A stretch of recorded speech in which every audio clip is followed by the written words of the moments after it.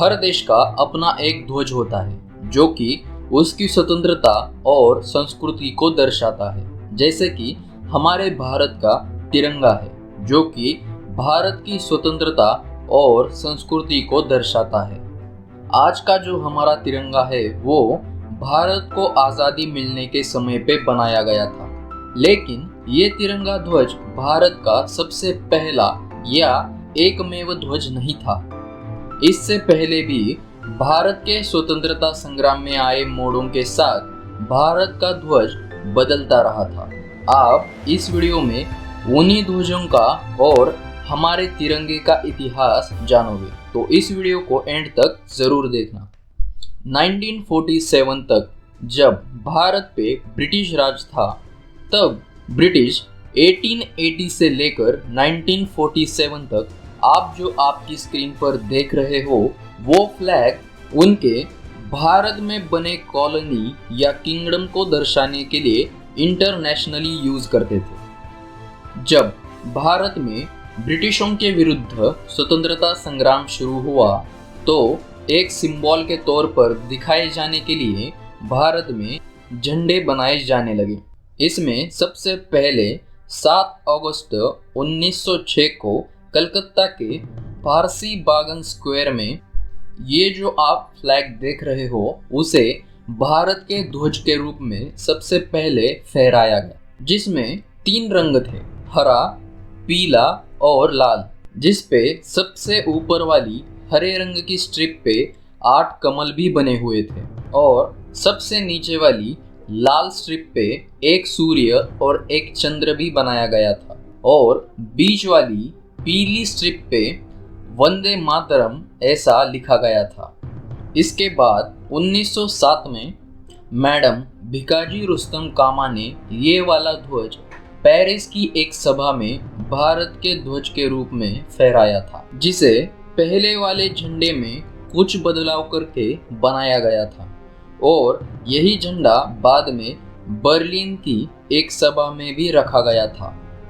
आगे 1917 में भारत के स्वतंत्रता संग्राम में जब डॉक्टर एनी बेनेंट और लोकमान्य तिलक जी ने होम रूल मूवमेंट यानी कि स्वराज्य आंदोलन की शुरुआत की, तो उस समय उन्होंने भारत के झंडे के तौर पर ये झंडा बनाया था, जिसमें 5 लाल और 4 हरी हॉरिजॉन्टल स्ट्रिप्स थी और इस झंडे के बीच में 7 तारे भी बने हुए थे जो कि सप्तऋषियों को दर्शाते थे और झंडे के ऊपर के राइट कॉर्नर में एक चांद और एक तारा भी बना हुआ था और ऊपर के लेफ्ट कॉर्नर में अंग्रेजों का यूनियन जैक ये झंडा भी दिखाया गया था, जिसे इस होम रूल मूवमेंट को हराना था, इसलिए उसे एक एम के रूप में इस झंडे में ऐड किया गया था। लेकिन 1920 में जब लोकमान्य तिलक जी की मृत्यु हुई तो उनका स्वराज्य आंदोलन या होम रूल मूवमेंट लगभग खत्म हो गई और भारत के स्वतंत्रता संग्राम में गांधी जी के बढ़ते प्रभाव के साथ अहिंसावादी आंदोलन की शुरुआत हुई। तो 1921 में विजयवाड़ा में चल रहे ऑल इंडिया कांग्रेस के अधिवेशन में आंध्र यूथ कांग्रेस ने एक झंडा बनाकर उसे महात्मा गांधी जी के आगे भारत के झंडे के रूप में प्रेजेंट किया, जिसमें पहले सिर्फ 2 ही रंग थे जो कि भारत की मेजर कम्युनिटीज को दर्शाते थे। इसके चलते महात्मा गांधी जी के कहने पर भारत की बाकी कम्युनिटीज को भी दर्शाने के लिए एक और सफेद रंग की स्ट्रिप ऐड कर दी गई और इस झंडे के बीच में महात्मा गांधी जी का चरखा भी था, जो कि उस झंडे पे भारत की प्रगति के प्रतीक के तौर पर बनाया गया था। और इसके बाद 1931 में और भी विकसित झंडे का निर्माण किया गया, जो कि लगभग हमारे आज के तिरंगे के जैसा ही था। उसमें सिर्फ बीच में गांधी जी का चरखा बनाया गया था, जिसमें सबसे ऊपर केसरी रंग की स्ट्रिप थी, बीच में सफेद रंग की और नीचे हरे रंग की स्ट्रिप थी। ये झंडा उस समय पूरे भारत भर में फहराया जाने लगा और इसी झंडे को नेताजी सुभाष चंद्र बोस ने भी अपनी आज़ाद हिंद सरकार के ध्वज के रूप में अपनाया था। इसके अलावा आज़ाद हिंद फौज ने भारत के ध्वज के रूप में एक और ये वाला ध्वज भी बनाया था। इसके बाद आखिर में 22 जुलाई 1947 को जब भारत को आज़ादी मिलने में थोड़ा सा ही समय बाकी था, तब ऑल इंडिया कांग्रेस के द्वारा भारत का जो ध्वज बनाया गया था उसमें से सिर्फ चरखा हटाकर उसकी जगह पे सम्राट अशोक के द्वारा बनाया गया धर्मचक्र नीले रंग में बनाया गया,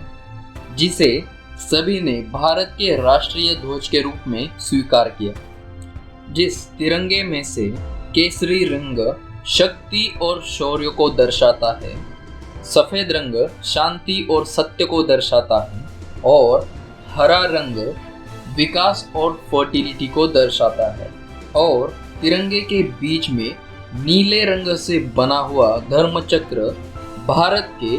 24 घंटे हो रहे विकास को दर्शाता है। इसी के साथ इस धर्मचक्र में बनी हुई 24 स्पोक्स भारत के संविधान के आधार पर भारत के नागरिक में कौन सी क्वालिटीज होनी चाहिए, उन सभी क्वालिटीज को भी दर्शाता है। तो ये था इतिहास भारत की आन बान और शान तिरंगे का,